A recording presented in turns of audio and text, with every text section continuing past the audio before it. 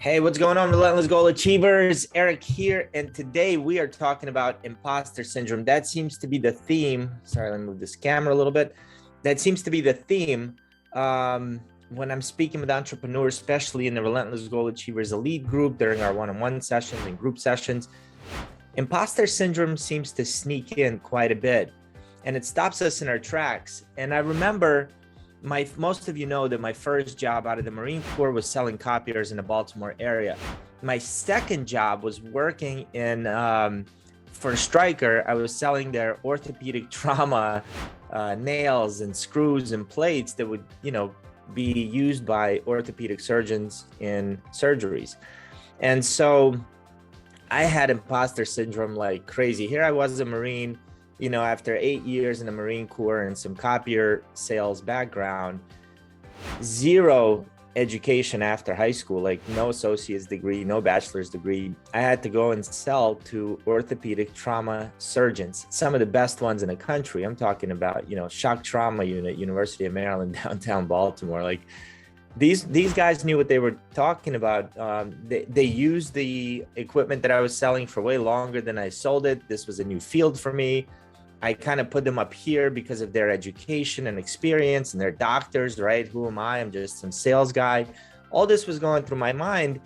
And the way that manifested itself is I hesitated to make a call on them, right? Like, why would they need to talk to me? This was all stories up here, remember? I hesitated to build relationships because I felt like they wouldn't see me as somebody who was valuable.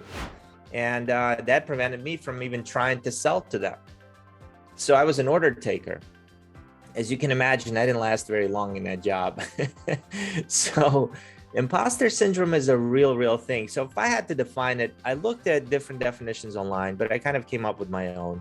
If I had to define it, I would say imposter syndrome is when we feel like we're not qualified enough to do the thing we're doing or getting ready to do. We feel inside like we're not qualified, like, who am I to do this? I'm not, I'm not that good. I'm not like I'm not like those people that are doing it. I don't have the qualifications. And what that will end up doing is causing us a lot of anxiety, stress, depression, lack of confidence, and really an ability to achieve our goals. Like, you have this big audacious goal, but then you don't feel like you're the type of person that can go achieve it. What are you going to do? Well, you're going to sabotage yourself. You're not going to take the right steps to achieving that goal. And that's what happens. And I don't want that for you. I don't know if you know this or not. The reason I do what I do, like what I do is coach, teach, train, but why I do it is to help people live freely, free up here, free physically, free spiritually, free emotionally, do what you want to do, when you want to do it, with whom you want to do it. That's powerful. And we cannot do that with imposter syndrome. So let's eradicate this thing. Eric Hoffer, an American philosopher, here's what he said. He said, no matter what our achievements might be, we think well of ourselves only in rare moments. We need people to bear witness against our inner judge. So he's saying you need witnesses against your inner self, against that inner guy that's living inside of you and judging everything you do, every mistake you make, who keeps book on our shortcomings. This inner judge of yours has got a book where they write everywhere we messed up, everything we did that was wrong, and transgressions. We need people to convince us that we are not as bad as we think we are. That's powerful stuff. Now, I recommend we don't wait for people to do that. I recommend we convince ourselves, because that's all that's going to matter. You can have 100 people tell you how awesome you are, but if you still feel like you're less than, you will not take action. And so this is a you and you deal. It's your job. If you're feeling those feelings, if you're feeling like, if you're feeling imposter syndrome in any area of your life, it's a you and you deal. It's your duty to get rid of that and pass through it. Now, sometimes you don't get rid of it. You just work through it. And this is exactly what this little conversation is about today. So I personally recommend you don't wait for others. I recommend you convince yourself. So how do you do that? Well, whether it's public speaking, maybe you have a public speaking opportunities and you feel like you're not really qualified for, right? One thing you can do is really prepare. I mean, prepare. And then you'll feel like you're more qualified to do that. If you have a product or service that you have to sell, a lot of entrepreneurs, and this is myself included, by the way, when we work for companies in the past, it's easy for us to go and sell that other company. What's really hard is selling ourselves. Going into an organization and telling them why they should select us, why you should select me as a coach, why you should select me as a trainer, my training program, my coaching program, that's really hard. Selling somebody else's product, like if Yeti hired me to go sell these, I could sell that all day long, right? If Apple hired you to go sell iPhones, you could probably sell those all day long. But go sell yourself. And that's where imposter syndrome really kicks in. Am I really good enough? Why would they listen to me? Why would they? Oh man, I go through that too. Trust me. So this is where that thing can, imposter syndrome can pop into our lives. So if you're trying to sell yourself, well, look, practice with your friends, practice with your family, write out a script, write out bullet points, know how your product service is going to help somebody. Really prepare yourself that when you get in front of your potential client, you know exactly what to say and why your product or service is good to help them. Then take some time to show yourself just how badass you are.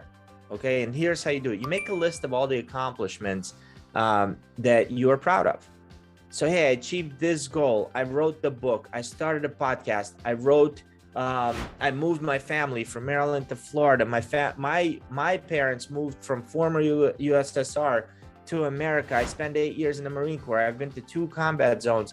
I've coached my kids' team. I've created this program. I've sold X amount. You write out every single thing that you're proud of. Trust me, there's a ton of stuff. I wake up this amount of time every morning. I've graduated from this. I got this certification. Write all that out, because I guarantee you, when you were starting to do those things, you had imposter syndrome. I guarantee you, when you were starting those things, it was fearful to you. Maybe you're a realtor and it took you 5 tries to get your real estate license, but you did it. That's a lot to be proud of. Write that down, right? Realize that imposter syndrome could mean that you're in the growth zone. If you're always pushing yourself to get to your next level of success, that means that you're doing new things. And if you're doing new things, then you're kind of an imposter. You probably should not be good at those. What comes to mind are the Wright brothers when they were, taking flight and creating that first airplane. Can you imagine the imposter syndrome going through their head? Like, hey, how do we take this? How do we take off? Like, I know we can go, but what do we do to go up? And then once you're in the air, how do you land this plane? Man, they didn't even have a pilot's license. There was no flight school. Imposter syndrome galore. They had to sell that idea to investors. They had to sell that idea to their parents. Their dad wanted to ship them off to like a psychiatric ward. I mean, think about that, right? So imposter syndrome could mean that you're operating in a growth zone, which is awesome. And you're only going to spend a short amount of time in that zone until you get comfortable enough to feel like an expert. You won't feel like an expert in a short period of time. You might just start feeling comfortable. And then years later of continually doing that one thing, you'll finally feel like an expert.